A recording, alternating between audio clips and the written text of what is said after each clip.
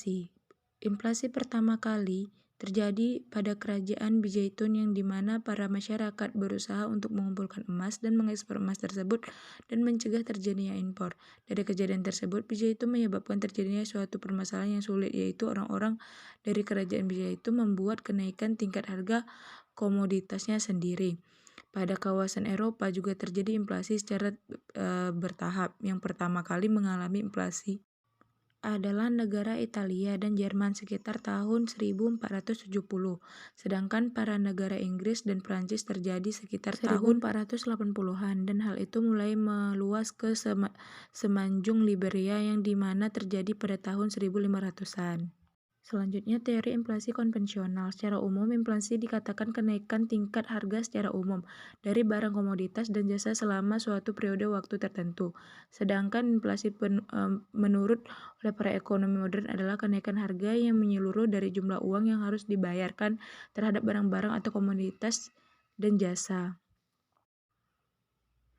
Inflasi diukur dengan tingkat inflasi, yaitu di mana tingkat perubahan dari tingkat harga secara umum berikut persamaannya. Tingkat harga dikurang tingkat harga T1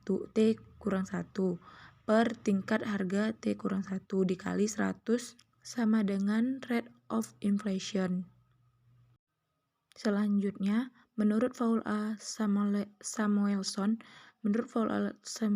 inflasi itu seperti penyakit karena dapat digolongkan menurut tingkat keparahannya, yaitu moderate inflation atau kenaikan tingkat harga yang lambat. Yang kedua ada galloping inflation, sama dengan kenaikan yang terjadi pada tingkat 20% sampai 200% per tahun. Yang ketiga itu hyperinflation, yaitu kenaikan yang terjadi pada tingkat tertinggi yang dimana sampai jutaan triliunan persen per tahun. Selanjutnya, teori inflasi Islam. Menurut para ekonomi Islam, inflasi berakibat sangat buruk bagi perekonomian karena menimbulkan gangguan terhadap fungsi uang, terutama terhadap fungsi gabungan atau nilai simpan, fungsi dari pembayaran di muka, dan fungsi dari unit perhitungan. Yang kedua, melemahkan semangat penabung dan sikap terhadap menabung dari masyarakat. Yang ketiga, meningkatkan kecenderungan untuk berbelanja, terutama untuk non-primer dan barang-barang mewah. Yang keempat, mengarahkan investasi pada hal-hal yang non-produktif, yaitu penumpukan kekayaan. Selanjutnya, untuk memudahkan dalam memahami penjelasan, Niscare condition dan substitution condition untuk menjaga stabilitas jenis-jenis uang dalam perekonomian dapat dilihat pada tabel berikut.